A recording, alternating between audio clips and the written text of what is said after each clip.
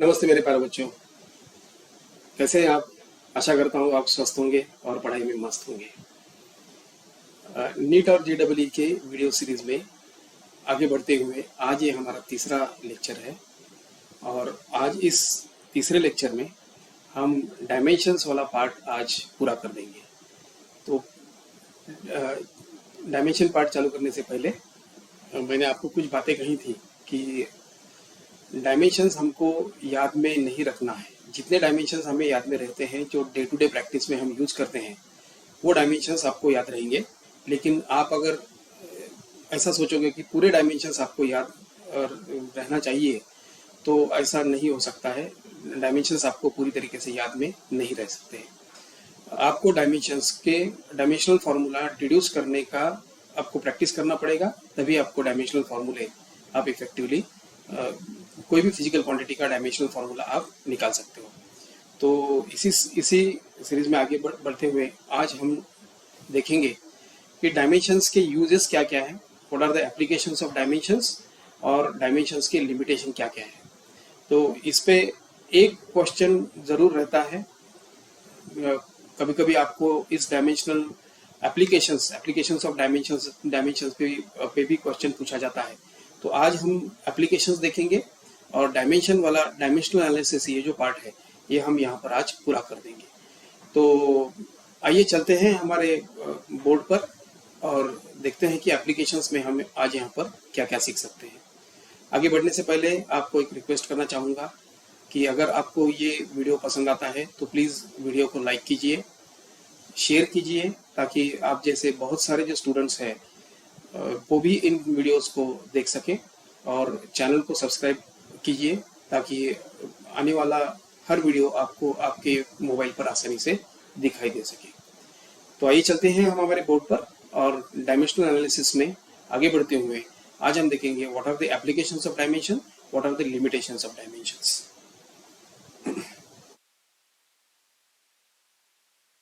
ये हमारा lecture number 3 है।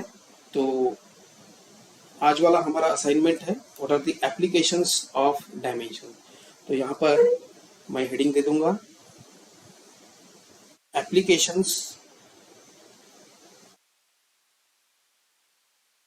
Of dimension. Applications of dimensions कुल मिला के हम एक तीन चार एप्लीकेशन हम यहाँ पर देखेंगे। बहुत बार इस एप्लीकेशन से भी एक क्वेश्चन आपको पूछा जाएगा। तो इसमें आगे बढ़ते हुए सबसे पहला हमारा एप्लीकेशन यहाँ पर है, that is nothing but first application जो है हमारा, किसी भी फिजिकल क्वांटिटी का अगर आपको यूनिट मालूम नहीं है तो with the help of dimensions you can easily find out the unit of that particular physical quantity. So to find the unit of any physical quantity, कोई भी फिजिकल क्वांटिटी हो, अगर आपको उस फिजिकल क्वांटिटी का यूनिट अगर मालूम नहीं है तो you can easily find out the unit of that particular physical quantity with the help of knowing the dimension. Dimensional analysis से आप आसानी से उस फिजिकल क्वांटिटी का यूनिट मालूम कर सकते हो। Let us take an example. अभी आपको डायमेंशनल फार्मूला किसी भी फिजिकल क्वांटिटी का कैसे निकाला जाता है यह भी आपको मालूम हो गया होगा।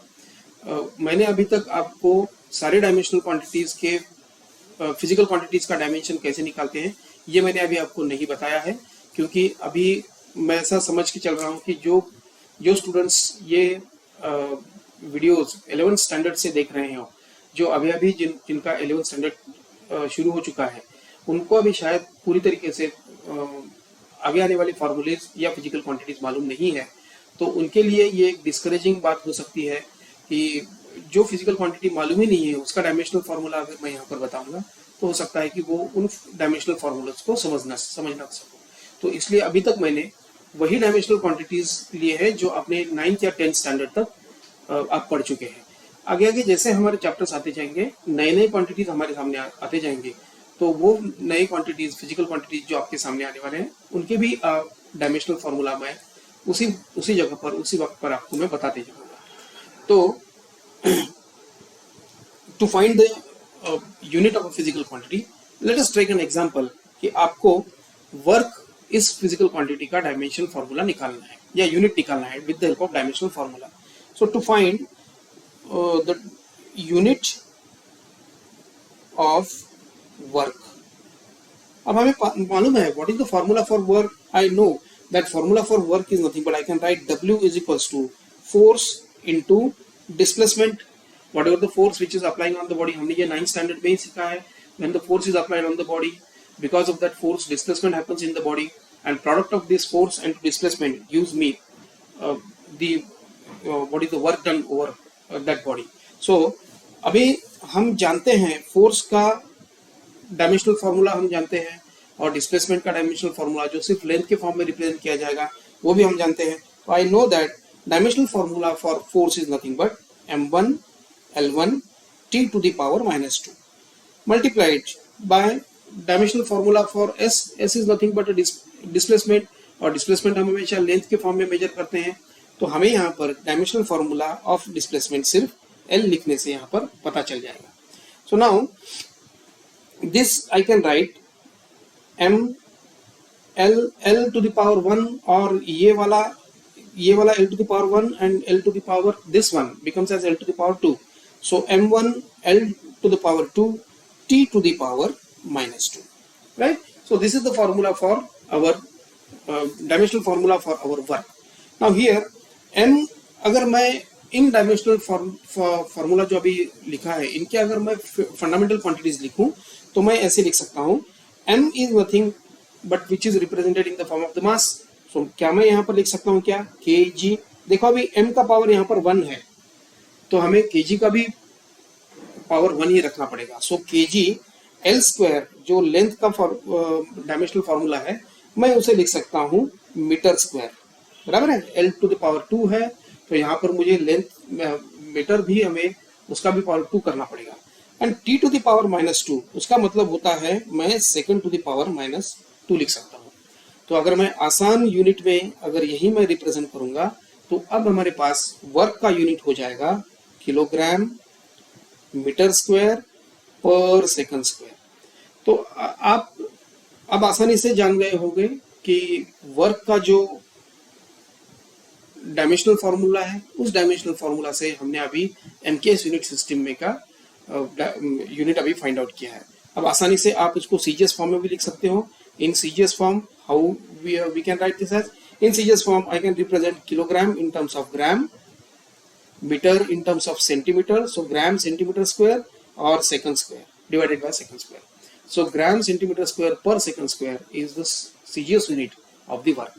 Okay, so in this way if you know the dimensional formula of any physical quantity, easily you can find out the unit of that particular dimensional formula, that particular physical quantity.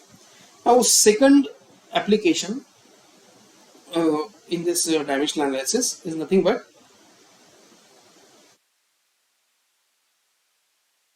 there are some physical constants in physics.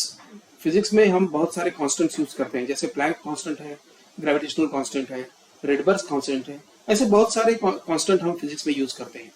तो इन physical constants का या coefficients का जब हमें dimensional formula जानने की कोशिश करते हैं तो with the help of dimensional analysis हम इनका डायमेंशनल फॉर्मूला जान सकते हैं. So second application is nothing but to find dimensions of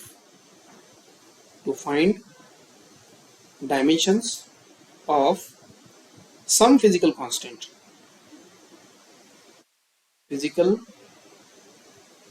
या in some cases you can find the coefficients also. ठीक है, तो एग्जाम्पल देखते हैं हम. हमारे पास बहुत सारे एग्जाम्पल्स हैं. Let us take for an example, let us take the example for the gravitational constant. Now in 9th standard you already have studied in gravitation chapter में आपने पहले ही न्यूटन्स लॉ ऑफ ग्रेविटेशन पढ़ा है.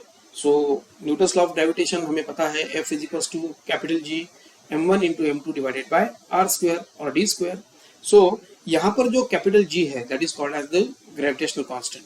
तो ये Newton's gravitational constant जो है इसका डायमेंशनल फार्मूला हमें सपोज मालूम करना है. So I can write here as, suppose example number 1 I can take, that is capital G, which is nothing but Newton's gravitational constant. तो हमें पता है according to Newton's law of gravitation, the force of attraction between the two objects can be represented with the help of F is equals to G into M1 into M2 divided by R square. ये formula well known है, 9th standard में आप already इसको study कर चुके हैं, तो आसानी से हम इस कैपिटल जी का डायमेंशन यहाँ पर मालूम कर सकते हैं.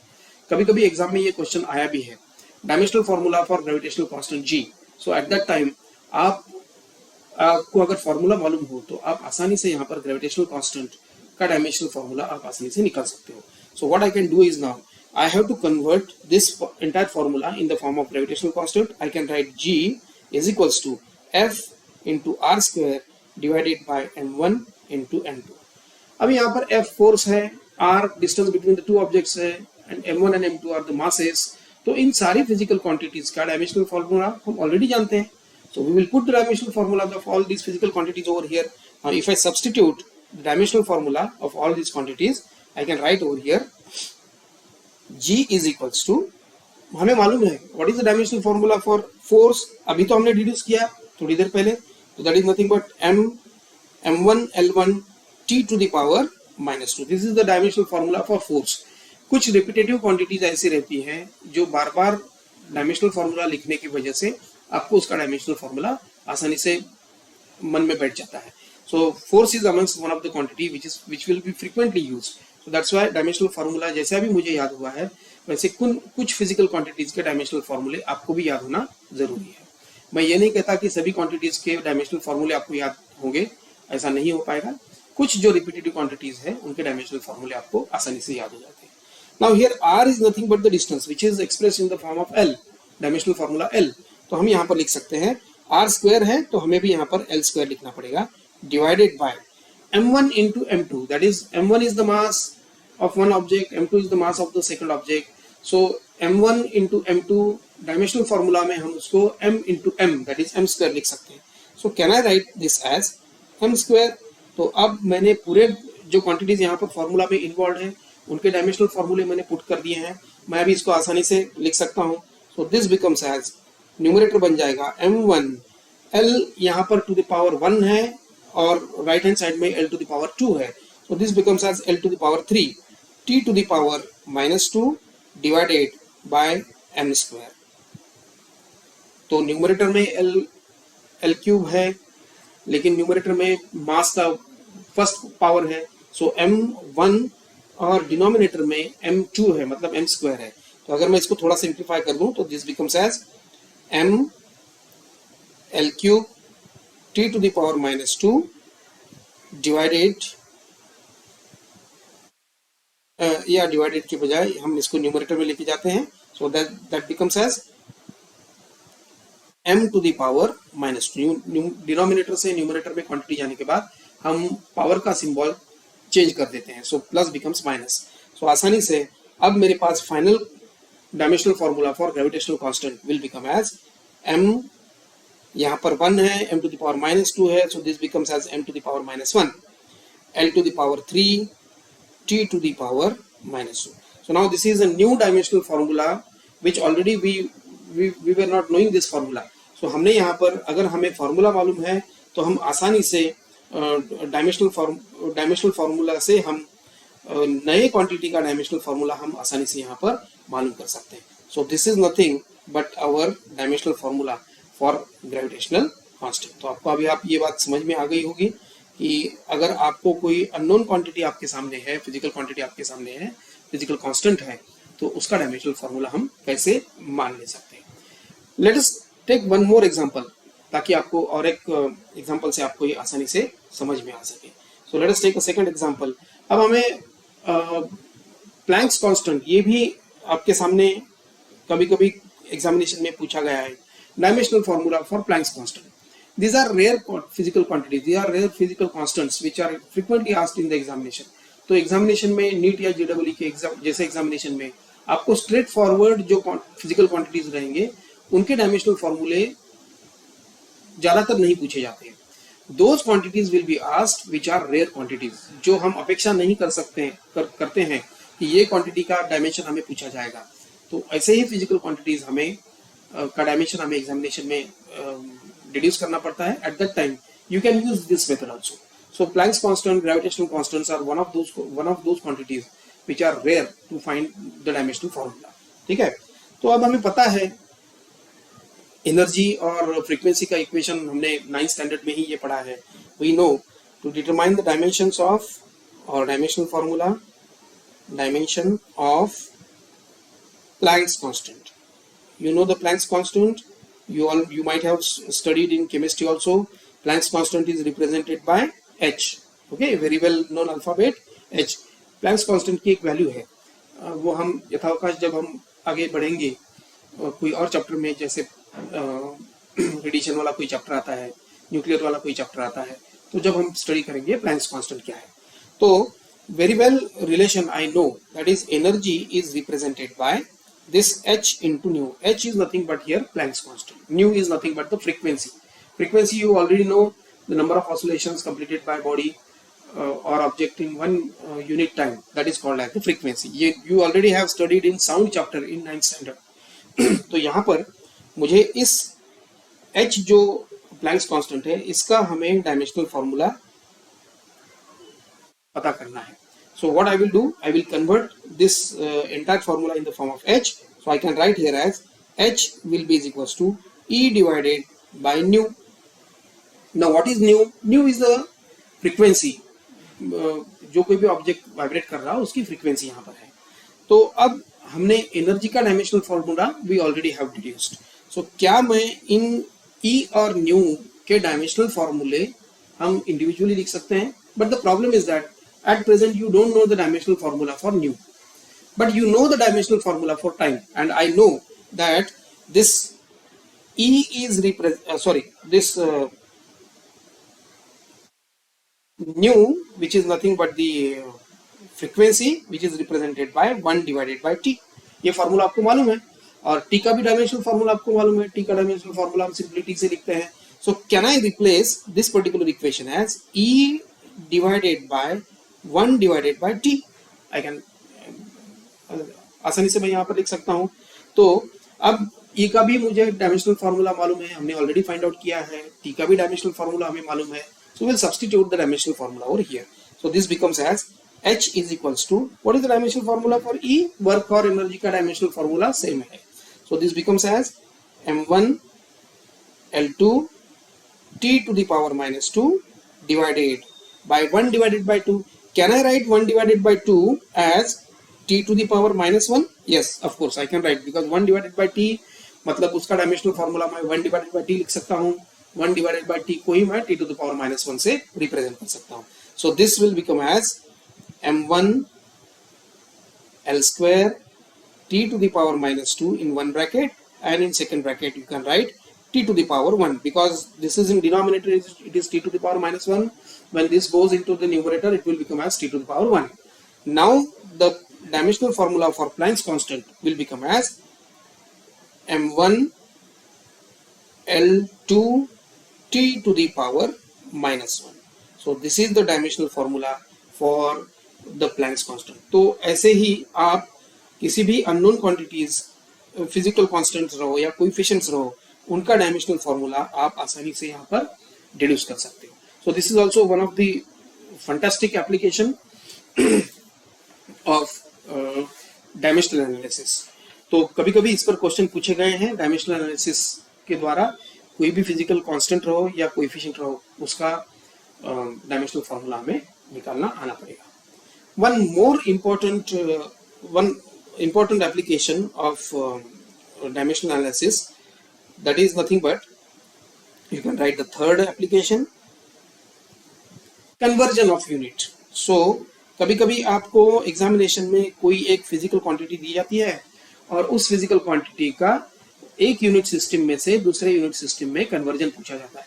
सो when you have to convert a unit of one physical quantity from one unit system into another unit system, at that time also you can use the dimensional formula, you can use the dimensions to convert one physical quantities one unit system into another unit system.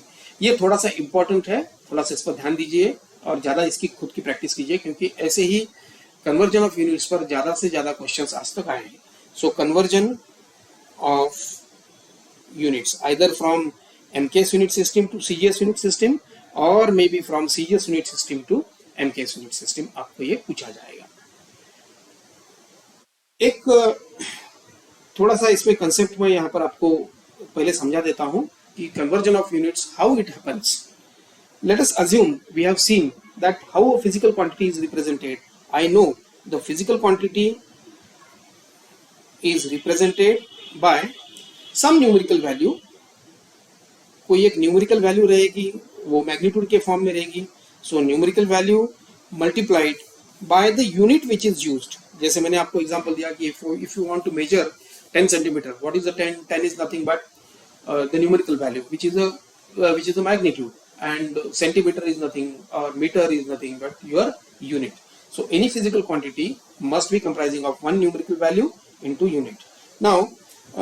Now here this physical quantity is nothing but a constant quantity.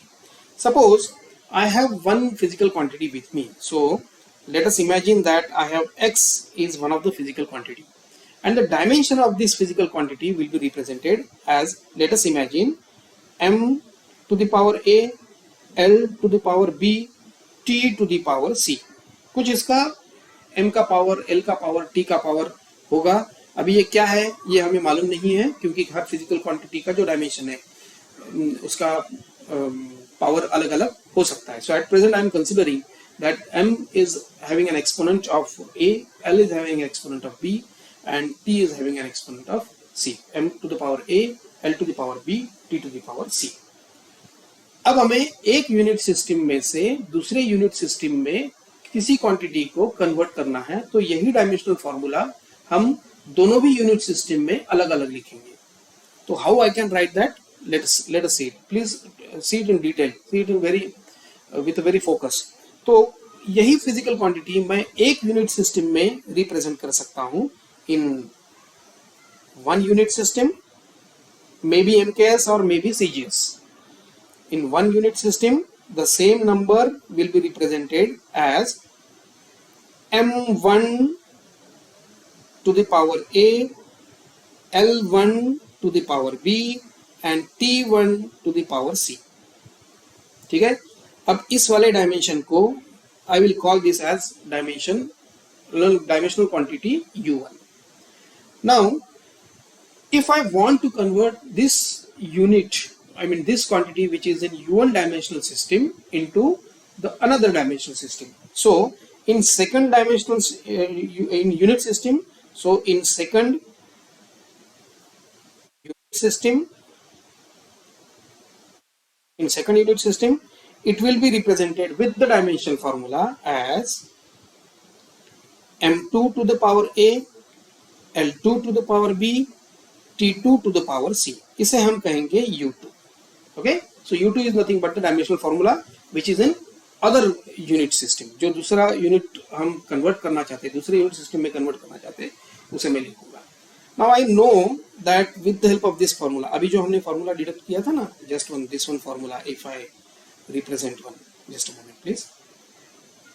अगर मैं आपको बता दूं कि ये वाला formula जो हमने रिप्रेजेंट किया था, this one, this formula, can I write this formula as q is equals to, or I can write this formula q is equals to n into u. I know this formula q is equals to n into u. Similarly हम ये जो दो equations जो dimensions के form में हमने लिखे हैं वो भी हम इसी फॉर्म में एक्सप्रेस करेंगे. But if you observe carefully, जब हम एक यूनिट सिस्टम में से दूसरे यूनिट सिस्टम में कन्वर्ट करते हैं तो on the both the sides the quantity must be same. For example, अगर मैं लिखूं यहाँ पर 1 सेंटीमीटर और suppose 1 metre is equals to 100 centimetre, on both the sides 1 meter will be equals to 100 centimeter. So in similar way, if I want to represent this quantity, I can represent both these dimensional quantities as in the form of n1 into u1 is equals to n2 into u2. Now in this formula, ये जो formula है, this formula is important for you. ठीक है. इस वाले application के लिए, जहां पर N1 जो फर्स्ट वाला यूनिट सिस्टम है उसका कोई फिजिकल क्वांटिटी है, U1 is the known unit system, N2 is the physical quantity number which is in second unit system, and U2 is the unknown unit system. तो यहाँ पर ये N2 और U2 वाला जो पार्ट है, N2 is nothing but an unknown, ठीक है. So N2 number is an unknown number, U2 is that particular unit in which you want to convert from one unit system into another unit system.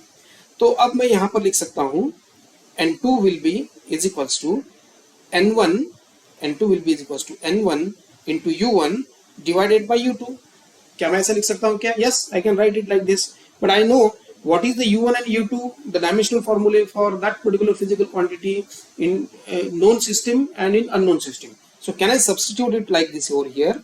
N1 will be is equals to N1 into U1. What is this U1? अभी तो हमने यहाँ पर देखा है. What is U1? We have considered that is M1 to the power A, L1 to the power B, T1 to the power C divided by M2 to the power A, L2 to the power B, T2 to the power C. Okay, this I can write it like this. So if I individually go on rearranging these terms, I can write N2 will be equals to N1. ये तो हमारा first unit system में का physical quantity का number है N1. So can I write it like this? Individually अगर मैं मास, length और टाइम के फॉर्म में अगर डायमेंशनल फॉर्मूला को मैं अगर डिड्यूस करूं, so I can write this as M1 divided by M2 to the power A, because M1 और M2 दोनों का भी पावर A ही है. So I can write easily M1 divided by M2 to the power A. Similarly, I can write L1 divided by L2 to the power B. Similarly, I can write T1 divided by T2 to the power C. Okay, so this is how I have represented. Now this is the important formula whenever you are going to determine this particular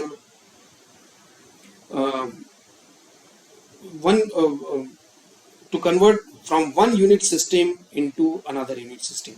So please keep in remember this particular formula where you can easily convert from one unit system into another unit system. So I can write over here, this formula is important one.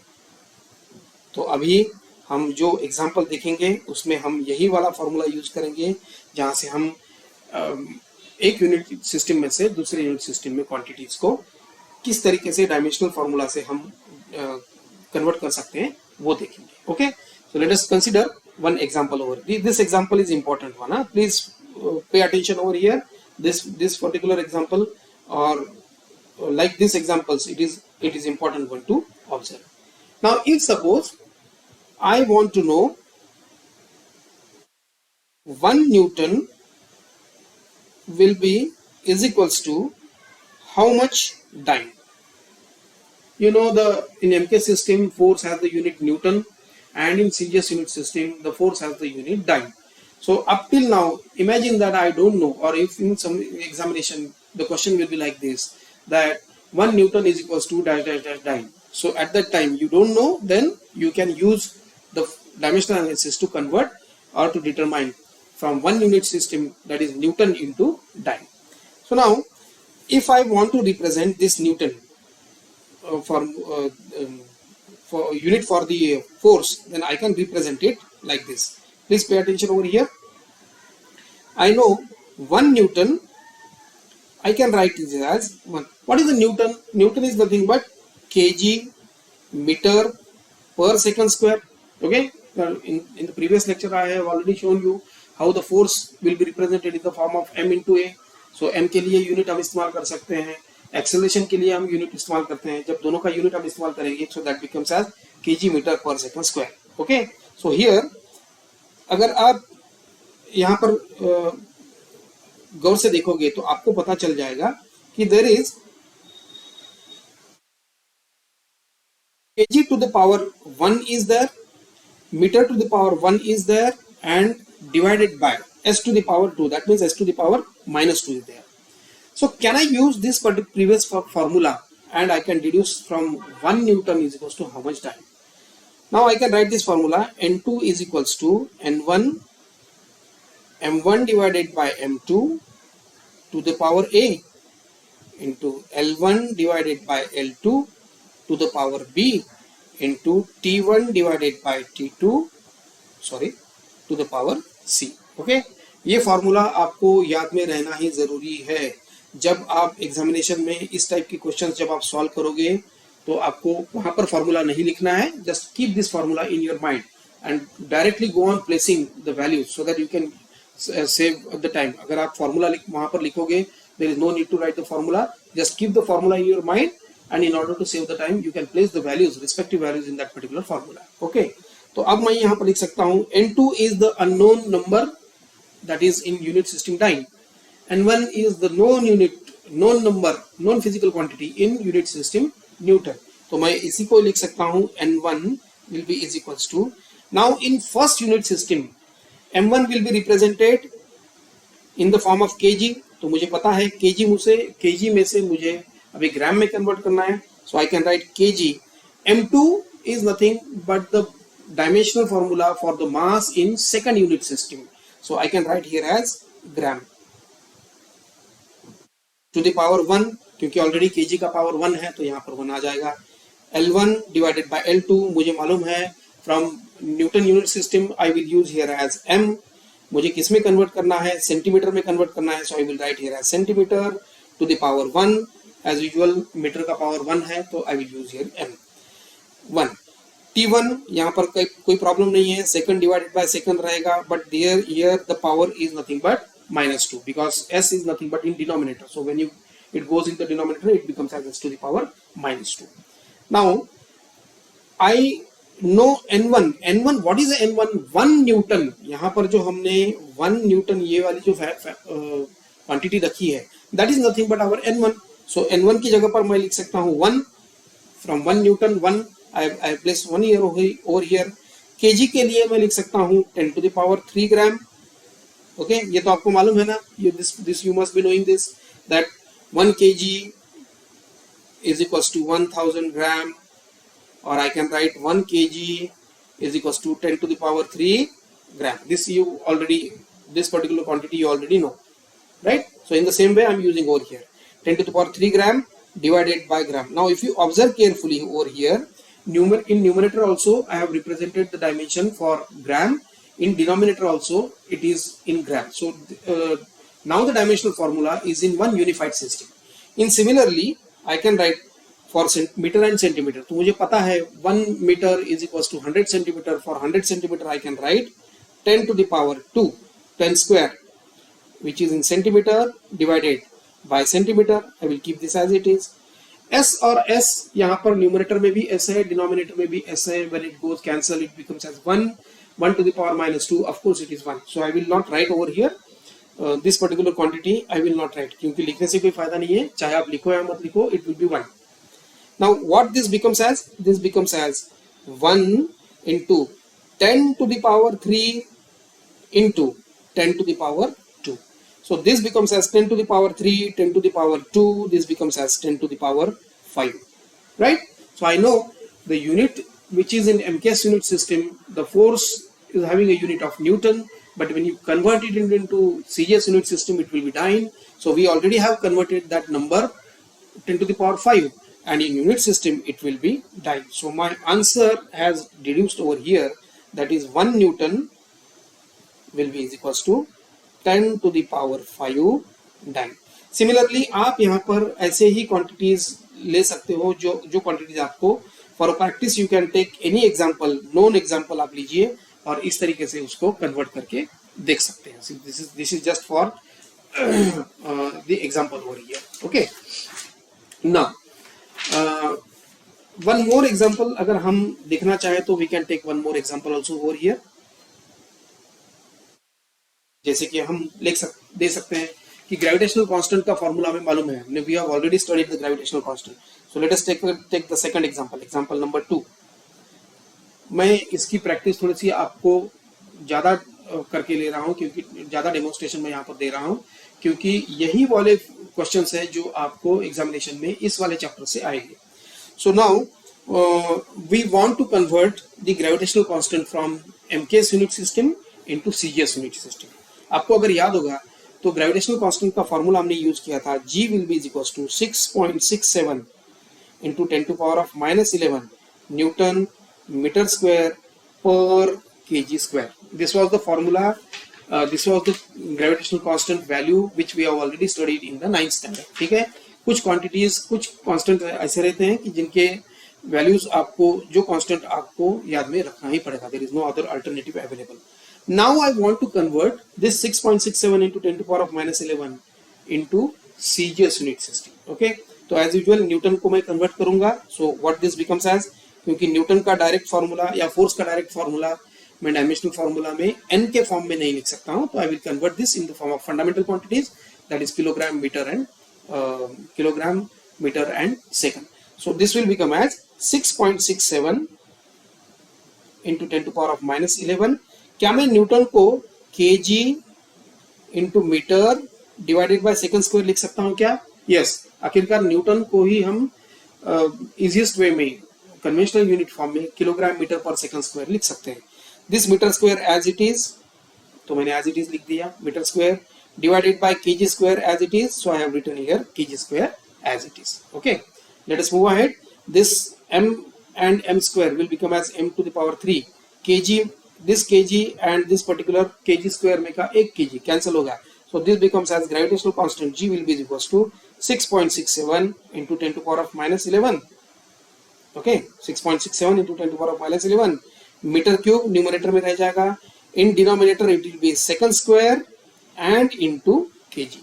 In simplest form, I can write this as m cube s to the power minus 2 kg to the power minus 1. This is the way in which I can represent the MKS unit system.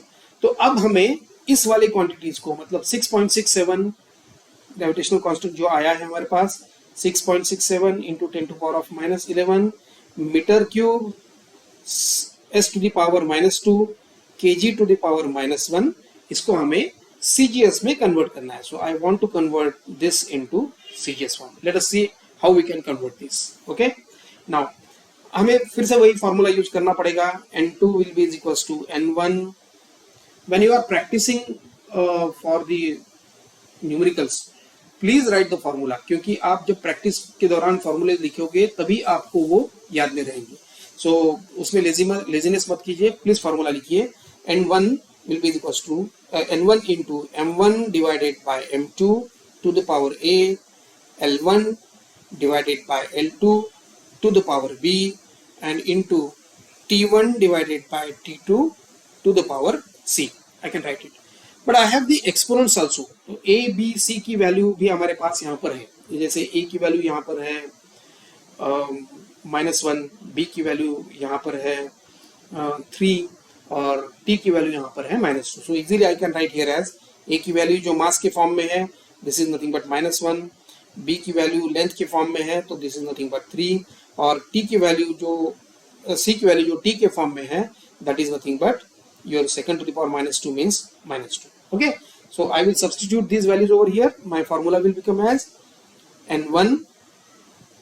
Now this particular the previous constant value, I will keep this value as it is over here also, that is 6.67 into 10 to power of -11 multiplied by, what is M1 here? M1 is in terms of MKS unit system.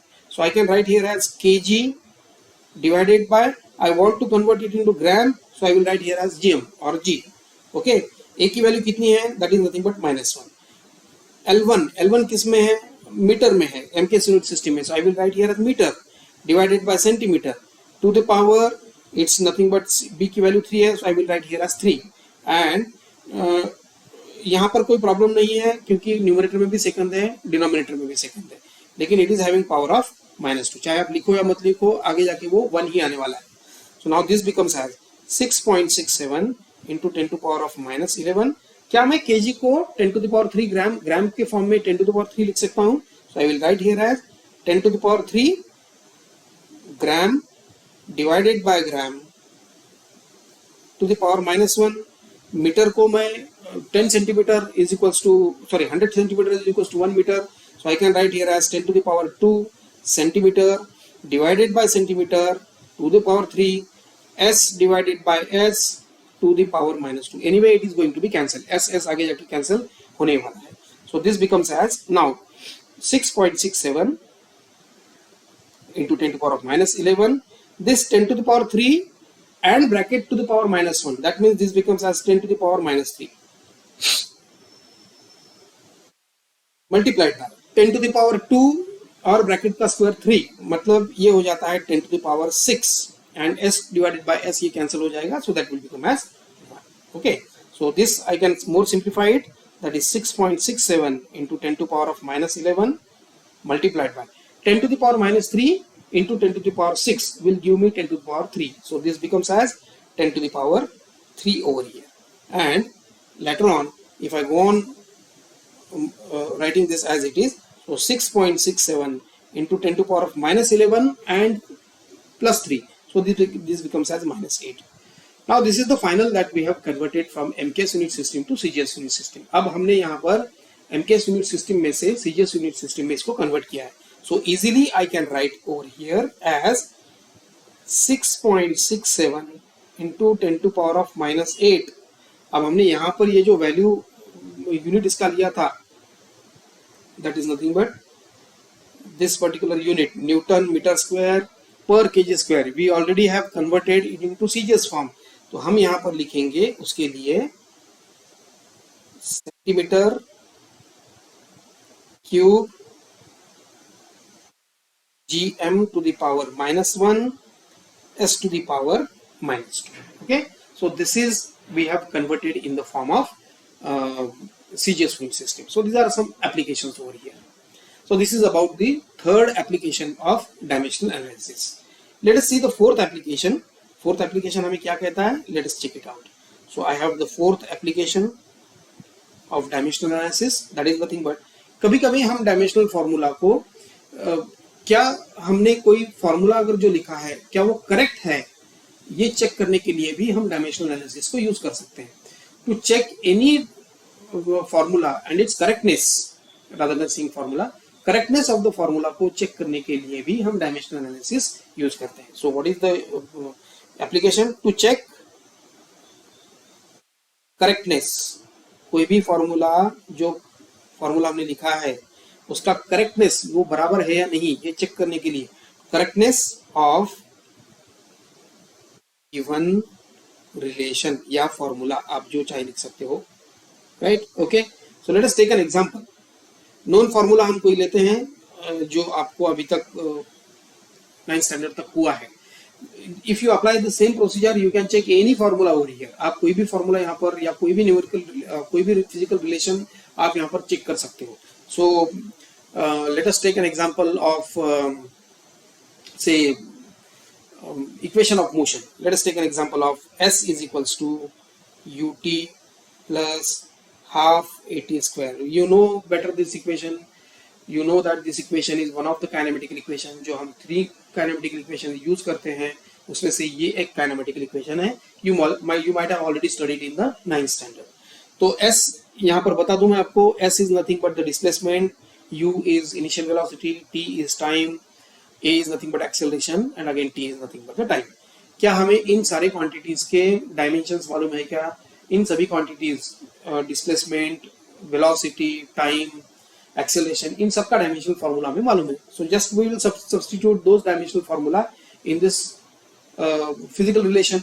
तो S is nothing but the displacement, तो क्या मैं इसको length के form में लिख सकता हूँ क्या? So I just kept over here L, क्योंकि मास और टाइम यहाँ पर एब्सेंट है, तो आप चाहे तो उसको लिख सकते हो, लेकिन जो क्वांटिटी एब्सेंट है मेरा ऐसा सजेशन है कि उसको आप ना ही लिखे तो बेहतर है, क्योंकि आगे जाके आपको फिर वो कंफ्यूजन हो जाएगा। Velocity, I know the dimensional formula for velocity, that is nothing but m to the power 0, l to the power 1, t to the power -1। okay, then for time I can write this as t plus half।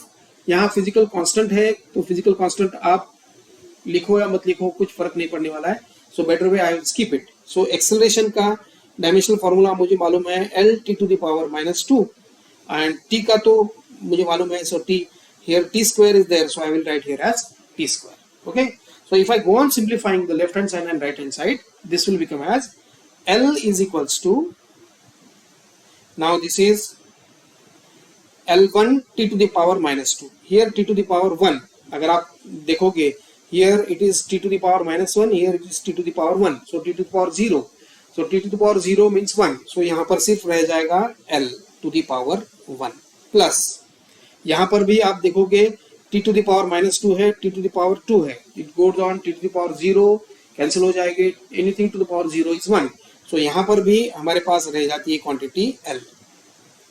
Now if you go on,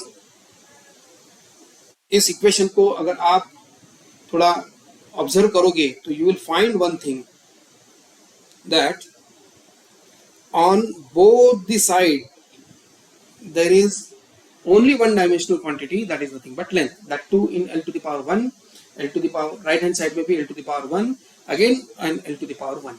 So in this way अगर आपका dimensional formula correct है तो आपका physical relation अगर correct है तो dimensional formula भी both sides आप सेम ही आपको आएगा.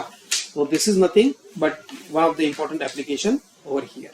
ठीक है, तो यहाँ पर हमारा डायमेंशनल एनालिसिस का एप्लीकेशन पार्ट यहाँ पर पूरा हो जाता है.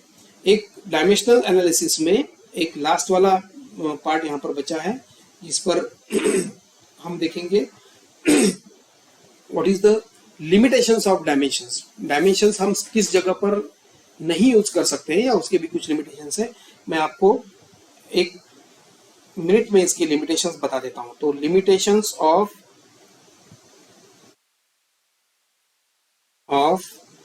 Dimensional analysis. तो डायमेंशनल एनालिसिस की लिमिटेशन क्या है ये भी हम एक बार देख लेते हैं. अच्छा, इसमें से लिमिटेशंस पर आपको कोई क्वेश्चन आएगा क्या? लिमिटेशन पर आपको क्वेश्चन नहीं आएगा, but in order to understand this properly आपको यहाँ पर मैं 1 मिनट में यहाँ पर बता दूंगा. अच्छा, कभी कभी ऐसा होता है कि एक से ज्यादा फिजिकल क्वांटिटीज के डायमेंशंस हो सकता है कि एक ही हो. ठीक है ना, जैसे हमने देखा कि वर्क और एनर्जी, इन दोनों का डायमेंशनल फॉर्मूला सेम ही है. तो ये फर्स्ट लिमिटेशन है डायमेंशनल एनालिसिस का कि by seeing only the dimensional formula you can't say that this dimension is of a particular quantity. सो सबसे पहला ये लिमिटेशन है that different quantities, that different physical quantities may have